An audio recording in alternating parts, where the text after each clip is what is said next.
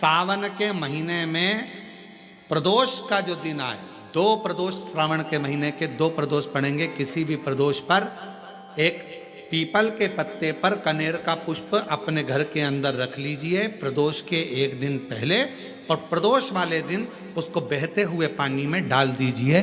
जिंदगी में जो तुम्हारे यहाँ तकलीफ चल रही है, एक उठ रहा है, एक बैठ रहा है, एक बीमार पड़ रहा है, एक ठीक हो रहा है, फिर बीमार पड़ रहा है, फिर ठीक हो रहा है, ये ठीक हुआ, फिर इसको हो गया, फिर इसको कुछ हो गया, फिर किसी को कुछ हो गया, अर्थात शिव का नाम लेकर।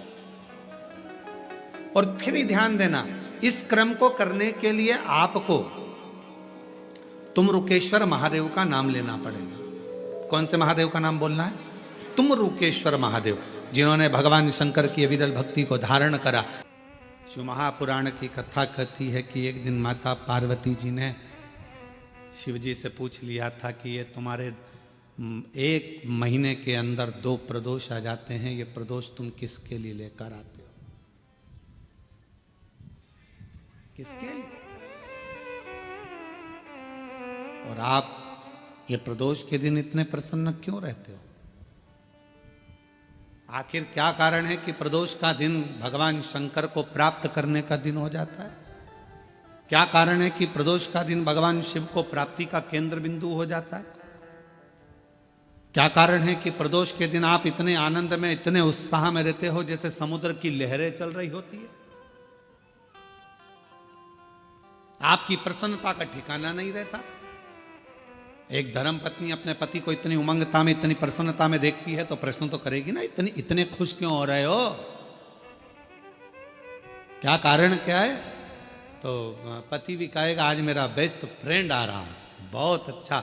अच्छा, हाँ, फिर पति कहेगा आज हम एक हमारे दोस्त से मिले थे, आज हम वहां गए थे, इतनी उमंगता, इतना प्रसन्नता, इतनी भीतर की आनंदता। तो भगवान शिव जी से भी पार्वती जी ने पूछा कि तुम्हारे भीतर इतना प्रदोष के दिन इतनी उमंगता रहती है, प्रदोष के दिन इतना उत्साह रहता है, प्रदोष के दिन तुम्हारे अंदर इतना आनंद रहता है, आखिर क्यों? भगवान शंकर कहते हैं वो समुद्र जिसके अंदर जल ही जल भरा पड़ा हुआ है, सारा जल उसके पास है, फिर भी समुद्र मुझे पुकारता है, उछलता है और मुझे पुकारता है, तो समुद्र को देने के बहाने मैं पूरे संसार के लोगों को प्रदोष के दिन प्रदान कर देता हूं। समुद्र को देने के बाद, समुद्र को तो मुझे देना है, मैं जल दूंगा समुद्र को, प्यासा है वो। पार्वती जी हंसने लगी, समुद्र और प्यासा, जिसके पास दुनिया का जल भरा पड़ा है, सारा जल उसके पास में, सब कुछ।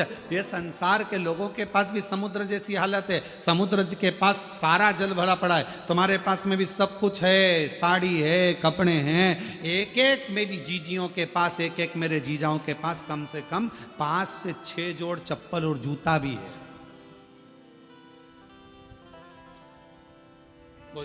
जूता रखने की अलमारी भरी पड़ी है, कपड़े की अलमारी भरी पड़ी है, सारा सब कुछ है।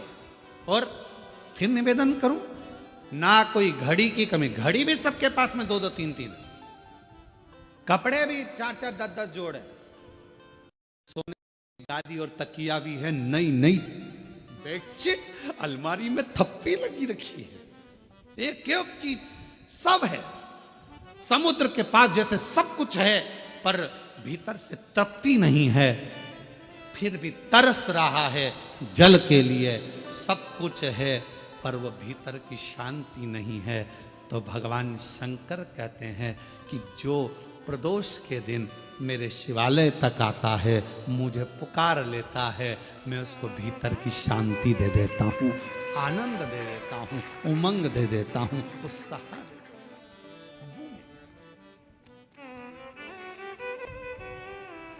आप सबको मालूम होगा समुद्र के पास कितना पानी है, पानी की कमी है समुद्र के पास, पर समुद्र के पास में पानी की कमी नहीं है, फिर भी समुद्र पानी पीने को तरसता है।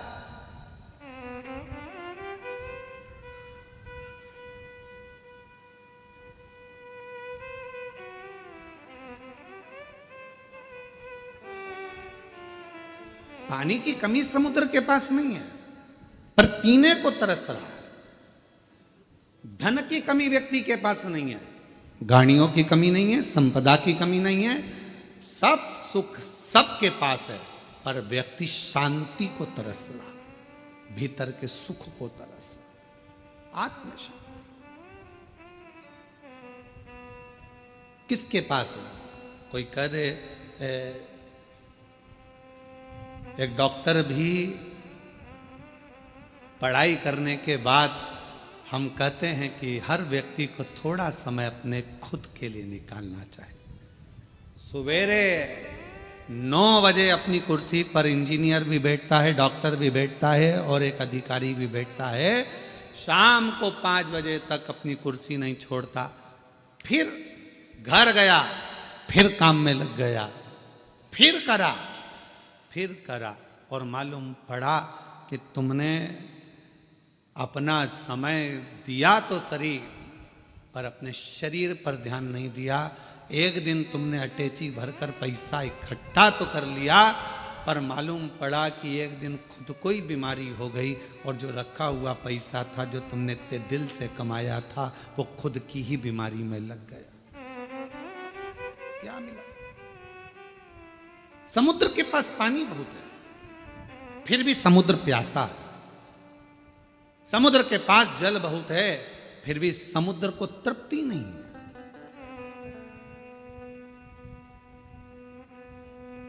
उछलता है, पुकारता है। बच्चों को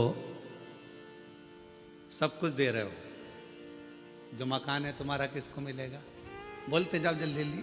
बच्चों, गाड़ी बच्चों, तुम्हारे गले की चेन, अंगूठी, ब्रेसलेट बच्चों, ठीक है, सब बच्चों को दे रहे हो, सब बच्चों को मिले। आज का बच्चा ये सोचता है कि सब कुछ मेरा है तो मुझे क्या करना है, टेंशन क्या है, संघर्ष नहीं कर पाता, बहुत परिश्रम नहीं कर पाता। जब बड़ा होता है, विवाह होता है, शादी होने के बाद थोड़ा सा टेंशन उसको आता है तो डिप्रेस हो जाता है। क्यों? हमने गाड़ी दी, बंगला दिया, धन दिया, दौलत दी, परवरिश अच्छे से करी, अच्छा कॉलेज दिया, अच्छा स्कूल दिया, अच्छी एजुकेशन दी, अच्छा डॉक्टर को दिखाया, उसको स्वस्थ रखा, सब कुछ करा, पर अपने बच्चे को हमने संघर्ष करना नहीं सिखाया। और एक दिन उसके ऊपर जवाबदारी का बोझा बढ़ा, वो डिप्रेस हो गया। किसी ने कुछ कह दिया, डिप्रेशन में आ गया। पत्नी, शादी हो गई, पत्नी आ गई, 1 महीना, 2 महीना, 6 महीना रही, पत्नी मायके चली गई, वो डिप्रेस हो गया। क्यों? हमने उसको परिश्रम करना नहीं सिखाया, हमने उसको ये नहीं बताया कि संसार के लोगों से लड़ना कैसे।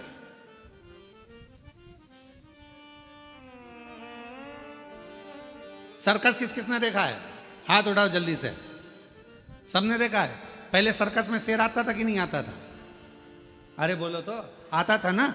अब वन विभाग वालों ने सर्कस वालों को बुलाया, सारे सर्कस वालों से कहा एक भी शेर तुम्हारे सर्कस में नहीं रहना चाहिए, पिंजरे में नहीं रहना चाहिए। और एक दिन वन विभाग वालों ने शेर के गले में एक पट्टा डाला, छोटा सा कैमरा लगाकर उस शेर को जंगल में छुड़वा दिया। जो शेर जंगल में छोड़े गए, जैसे ही छोड़े गए, मालूम पड़ा 15-15, 20-20 कुत्तों ने मिलकर एक शेर का शिकार कर लिया और जंगल में रहने वाले वो सारे शेर कुत्तों के शिकार से मर गए। क्यों? शेर को पिंजरे में भोजन मिलता था, शेर को पिंजरे में सारा सांच मिलता था, शेर को पिंजरे में सब कुछ मिलता था और पिंजरे में शेर बंद रहता था, निकलता था, सर्कस दिखाता था, वापिस चले जाता था। आप अपने बच्चों को सर्कस का शेर मत बनाना, नहीं तो मालूम पड़े आज की दुनिया के ना जाने कितने कुत्ते तुम्हारे बच्चे का शिकार कर जाए।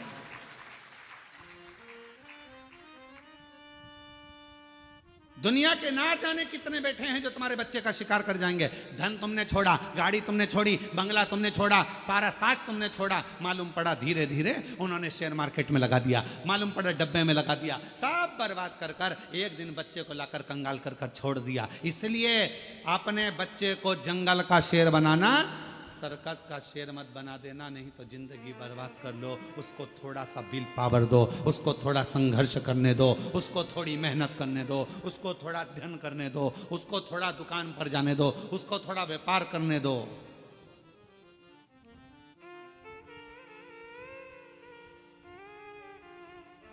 थोड़ी मेहनत जरूरी। एक हमारे अच्छे परिचित हैं, यहीं आपके भुसावल के रहने वाले हैं। फैक्ट्रियां बहुत हैं उनकी, और लगभग 10 से 12 फैक्ट्रियां हैं उनकी। राठी फैमिली है, और 10 से 12 फैक्ट्रियां उनकी है सब जगह पर। सेलम में भी है उनकी, और ना जाने स्टील की फैक्ट्रियां हैं, बहुत कुछ। उनके 2 लड़के, और दोनों लड़के जब इंजीनियरिंग करे तो उनके पापा ने उनको दूसरे की फैक्ट्री में, दूसरे के यहाँ नौकरी करने भेज दी। हमने राठी जी से कहा कि राठी जी, आपका बेटा इतनी फैक्ट्रियों के मालिक आप, और आपका बेटा दूसरे की फैक्ट्री में नौकरी कर रहा इंजीनियरिंग करने के बाद। कहा गुरुजी, ठोकर इसको वहीं पर मिलेगी। सेठ चिल्लाएगा, काम करना पड़ेगा, नींद आ रही होगी, वर्क पूरा करना पड़ेगा। जब ये वहां से ठोकर खाएगा तब जाकर अपनी फैक्ट्री को सही से संभाल पाएगा। वहां ठोकर। हम अपने बच्चों को क्या दे रहे हैं? दिया, सुख दो, शांति, सब कुछ दिया, गाड़ी दो, बंगला दो, धन दो, दौलत दो, सब कुछ दो, पर अपने बच्चे को एक चीज और सिखाओ कि संघर्ष कैसे करना, मेहनत कैसे करना, परिश्रम कैसे करना, थोड़ी देर शांति कैसे रखना। क्या कहा शिरडी के बाबा ने, क्या कहा साईं राम ने? एक ही बात कही, श्रद्धा दूसरे नंबर पर सबूरी। आज के जमाने में जरा सी सबूरी नहीं है, जरा सी। भले अपन शिरडी के पास रह रहे हैं, पर रत्ती भर की सबूरी नहीं है। तुम्हारे यहां से शिरडी कितनी दूर है? जलगांव से बोलो बोलो, कितना किलोमीटर है? 220 किलोमीटर। अब नजदीकी है ना, हमारे यहां से तो दूर ही है, 800 किलोमीटर पड़ जावे। तो तुम्हारे यहां से तो फिर भी पास में ही है। तो इतना नजदीक होने के बाद भी सबरी नहीं है। थोड़ा सबरी होना चाहिए, जरा सी सबरी। बेटा बेटी का ब्याह हुआ, शादी हुई, 6 महीना रहे, झगड़ लिए, लड़ लिए, अलग हो गए। मैं इसका मुंह नहीं देखूं, मैं उसके यहाँ नहीं रहूंगी, तलाक ले लूंगी, मैं नहीं रहूंगी, यहाँ नहीं रहूंगी। हमारे थोड़ा सब्र तो रखो। तुमने सोचा कि ये बेकार है तो फिर दूसरी शादी कर लूंगी, मालूम पड़े ये बेहरू था और वो काल बेहरू मिल गया तो सुकून का थोड़ा नहीं, थोड़ा। एक तो ही आधार सतगुरु, एक तो ही आधार, मिलो ना जब तुम जीवन में शांति कहाँ मिल सकती मन में। मिलो ना जब तक तुम जीवन में शांति कहाँ मिल सकती मन में। और ये शांति कहाँ से मिलेगी? आपको कहीं प्राप्त नहीं। और फिर निवेदन करेंगे, आप सबके गुरु होंगे, जितने आस्था चैनल पर सुन रहे हैं, जितने फेसबुक यूट्यूब पर सुन रहे हैं, जितने कथा को श्रवण कर रहे हैं, सारी दुनिया के लोग कथा सुन रहे हैं, लाखों लोग, करोड़ों लोग इस शिव महापुराण की कथा को श्रवण कर रहे हैं। शांति, आपके कितने भी गुरु हो, किसी का भी गुरु मंत्र हो, और उसके बाद भी अगर तुम्हारे दिल को शांति नहीं मिल रही हो, तो आज से एक नियम चालू कर दो, शंकर जी के मंदिर में जाना चालू कर दो, शिव को गुरु बना लो, शांति मिलना प्रारंभ। जब तक न तुम जीवन में शांति कहाँ मिल सकती मन में। जब तक मिलो न तुम जीवन में शांति कहाँ मिल सकती मन में। और मैंने ढूंढा देश सतगुरु, एक तो ही आधार। मैंने सब कुछ सब जगह पर देख लिया, पर शांति नहीं मिल रही, सुकून नहीं मिल रहा। धन बढ़ा, संपदा बढ़ी, सत्ता बढ़ी, सब कुछ बढ़ा,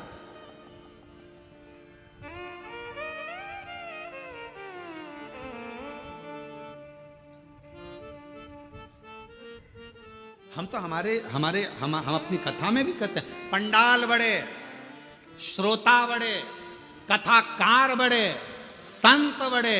कुंभ का मेला जैसी जगह छोटी पड़ने लगी, इतने संत हो गए, इतने पंडाल, इतने पंडाल बड़े, इतने श्रोता बड़े, इतने संत बड़े, इतने कथाकार बड़े, इतने साधु, इतने तपस्वी, इतने साधक, इतने उपासक, सब बड़े, पर एक चीज नहीं बढ़ पा रही है। आज भी एक चीज नहीं बढ़ पा रही है, परमात्मा के प्रति समर्पण नहीं बढ़ पा रहा। सब कुछ बढ़ रहा है, कथाकार बढ़ गए, पंडाल बढ़ गए, पब्लिक बढ़ गई, श्रोता बढ़ गए, सब कुछ बढ़ गए, मंदिर बढ़ गए, तीर्थ बढ़ गए, सब बढ़े, पर समर्पण नहीं बढ़ पा रहा।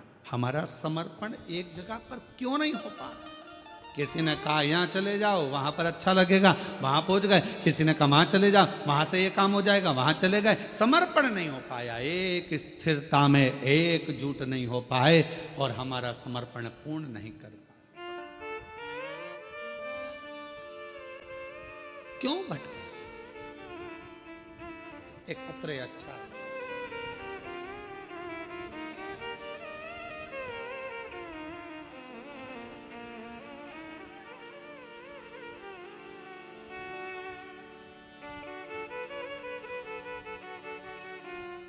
गीता मोहन शर्मा, वर्धा जिला सिद्धि रेलवे की रहने वाली हूँ।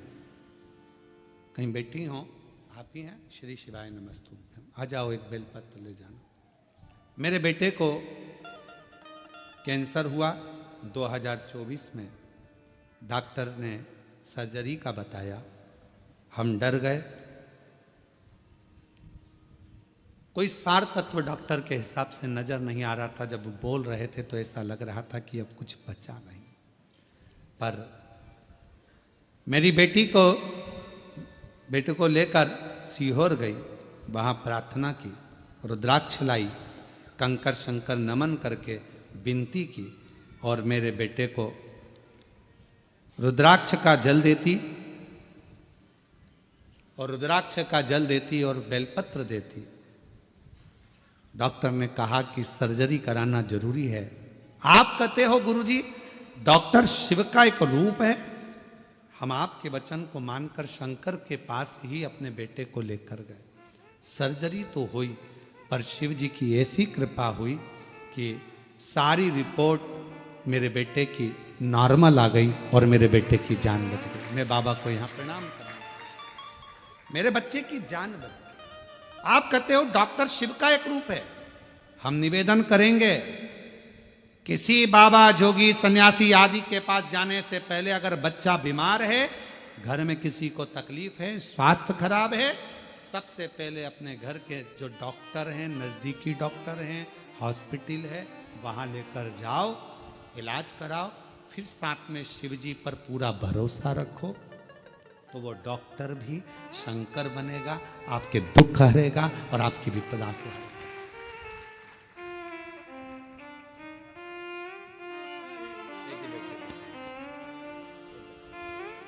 शिव शंकर गोरा शंभो हरे हरे शंकर शंकर। अपने गुरु के पास बैठने पर भी अगर शांति ना मिले, हम मना नहीं करेंगे, आपके गुरुओं को नमन है, प्रणाम है, धन्यवाद है। और अगर वहां भी शांति ना मिले, तब शिव के शिवालय में जाकर एक लोटा जल चढ़ाकर वहां बैठो, शांति मिलेगी।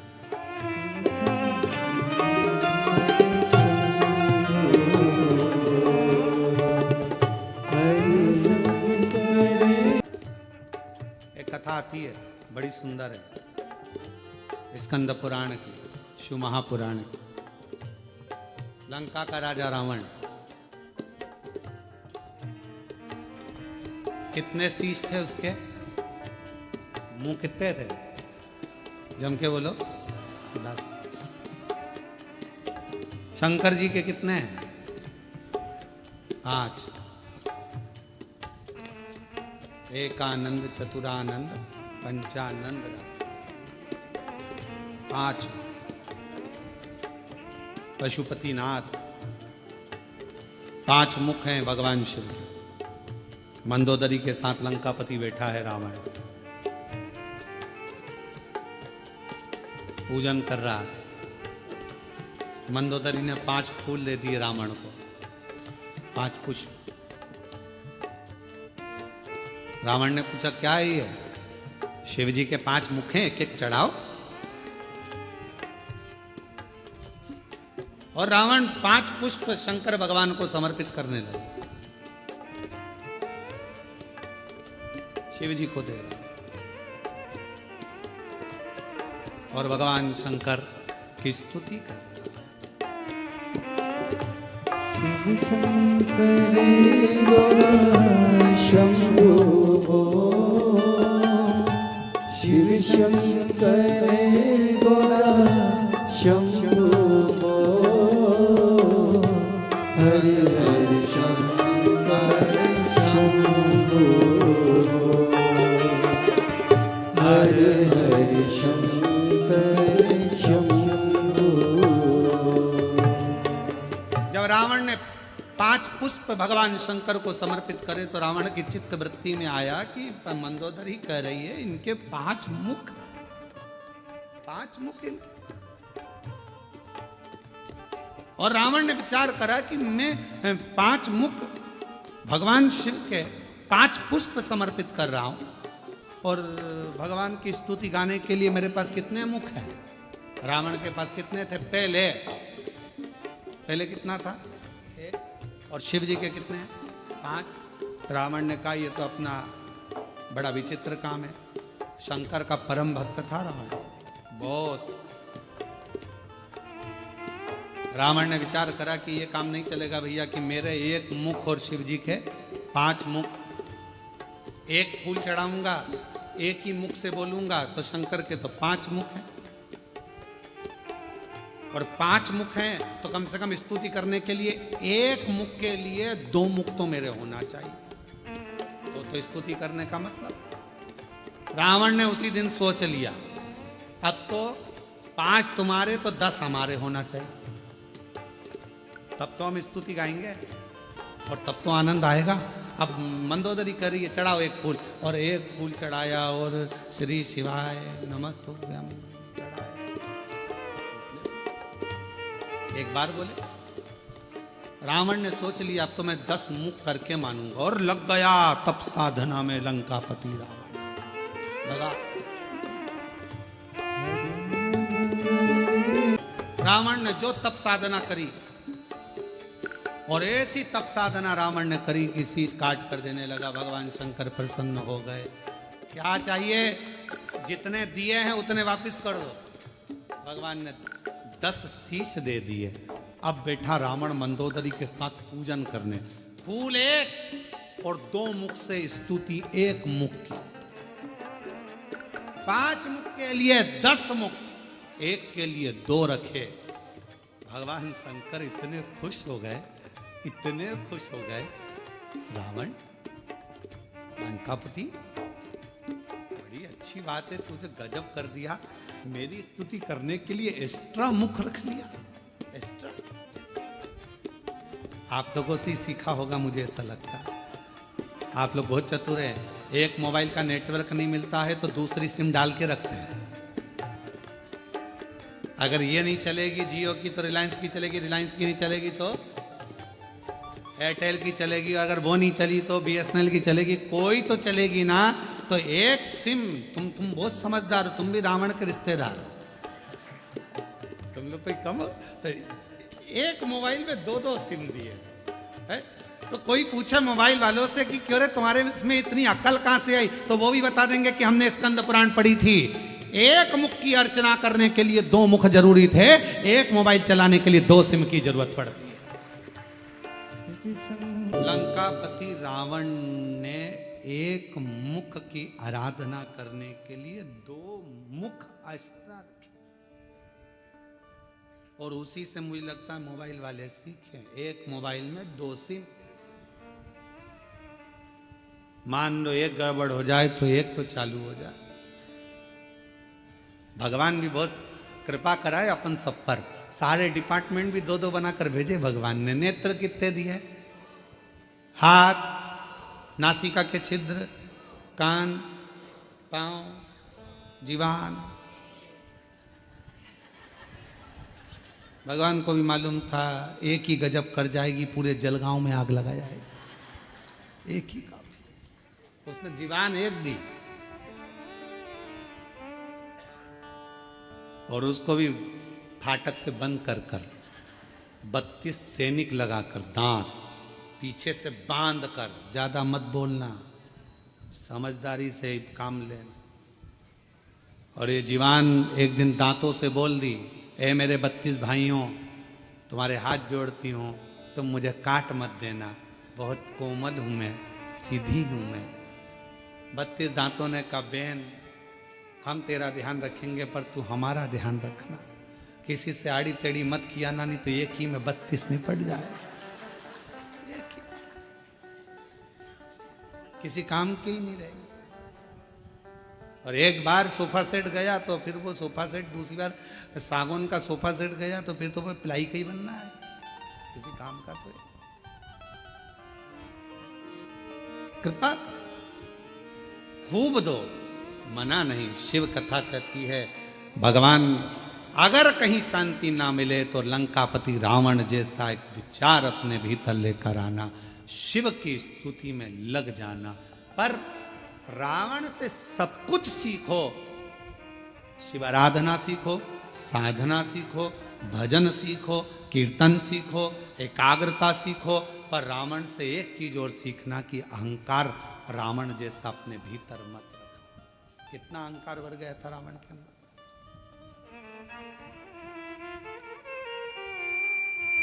गया लंकापति रावण 10 मुख प्राप्त कर और 10 मुख प्राप्त हो गए। जब लंकापति रावण के पास में 10 मुंह हो गए, मंदोदरी के साथ बैठकर पूजन अर्चना साधना सब कर ली, अब पहुंच गया। आज जा रहा था लंका का राजा रावण, भ्रमण करते करते देवताओं से मिलता हुआ भगवान शिव के धाम पहुंच गया, शंकर जी के।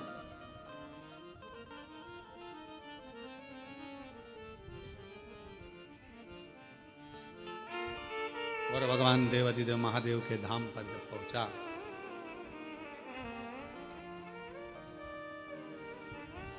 नंदी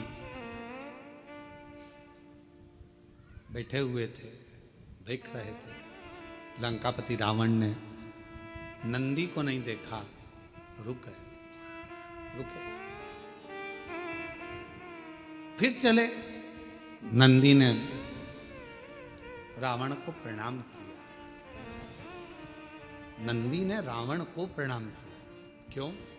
उसका एक कारण था, लंका का राजा रावण शंकर भगवान को बहुत चाहता था, प्रेम करता था, उनके प्रति समर्पित रहता था।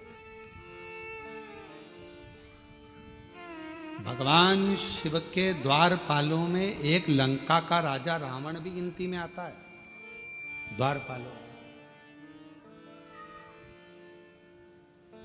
प्रणाम किया नंदी ने। रावण ने पूछा, तुम कौन हो? नंदी ने कहा कि मैं शिव जी का गण नंदी, शिवगण नंदी। चेहरा देखा है तुम्हारा?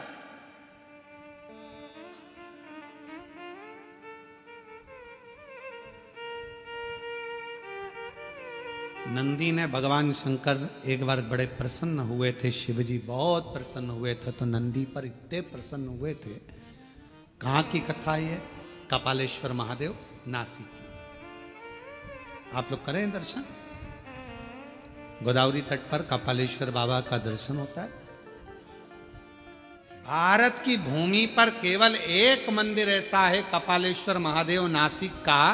महाराष्ट्र की धरा पर पूरी दुनिया का एक मंदिर ऐसा है जहां पर भगवान शंकर के गुरु नंदी हैं, वो कपालेश्वर महादेव है। शिव के गुरु नंदी हैं। ब्रह्मा जी का शीश कटा, हाथ पर शीश चिपक गया भोलेनाथ जी के। ब्रह्मा की हत्या का दोष लग गया, कपाल छूट नहीं रहा था, हाथ का कपाल छूटे नहीं। बड़े परेशान हो गए भगवान। सबसे कहा, यह हाथ नहीं छूट रहा, कपाल नहीं छूट रहा। सब जगह पर गए पर कहीं पर भी वो कपाल नहीं छूटा। तब भगवान देवाधिदेव महादेव मौन होकर बैठ गए। नंदी को लगा मेरे स्वामी आज स्थिर नहीं है, आज मन स्थिर नहीं, क्या बात है, मैं जाऊं अपने स्वामी के पास। नंदी गए, एक बच्चे का रूप रखकर चले गए और आवाज लगाने लगे, हर हर हर हर बोल बम का नारा है, सारी समस्या का हल श्री शिवाय। आवाज लगाया नंदी ने, जो आवाज लगाया शिव जी के कानों में शब्द शंकर जी, और भगवान देवाधिदेव महादेव के कानों में जब शब्द गया, शब्द जाने पर भगवान शंकर जी ने आंख खोली, नेत्र खोले, बालक खड़ा था, पूछा तुम कौन हो? बालक कुछ बोला नहीं, बस इतना कहा कि आप एक काम करो, एक काम करो, एक बेलपत्र का स्पर्श कर कर गोदावरी का स्नान, फिर बद्रीश में जाकर गंगा का स्नान, अलकनंदा का स्नान, जो ज्ञान दिया शिव जी उसको स्वीकार कर लिए। बेलपत्र का स्पर्श किया, कपाल नीचे गिर गया। बेलपत्र का मात्र स्पर्श किया, कपाल नीचे। आज भी उस मंदिर का नाम कपालेश्वर महादेव नासिक में, कपाल नीचे। शिव जी ने स्मरण किया उस बच्चे का, पूछा कि बेलपत्र में ऐसा क्या है? भगवान नंदी जो बालक का रूप रखकर आए थे, उन्होंने कह दिया, एक बेलपत्र का जब कोई स्पर्श करता है, देवाधिदेव महादेव, जैसे आपके हाथ से ब्रह्मा जी की हत्या का पाप कपाल नीचे गिर जाता है, बेलपत्र का मात्र स्पर्श करने वाले के सारे पाप एक क्षण में नीचे गिर जाते हैं, एक क्षण में नीचे। बेलपत्र का स्पर्श।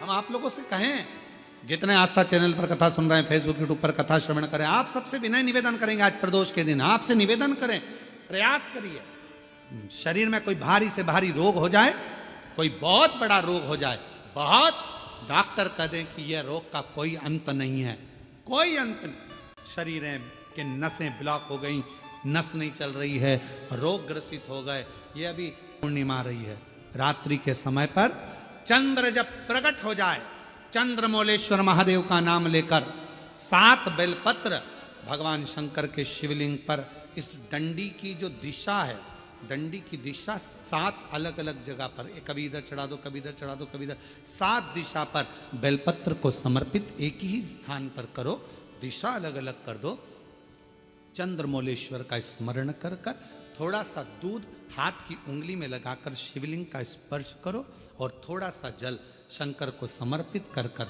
7 बेलपत्र उठाकर लिया। 7 दिन तक लगातार एक बेलपत्र सुबह के समय पर रोज खाना प्रारंभ करो। कितनी भी नसें ब्लॉक हो, चाहे शरीर में कितना भी रोग हो, वो धीरे धीरे समाप्त जरूर हो।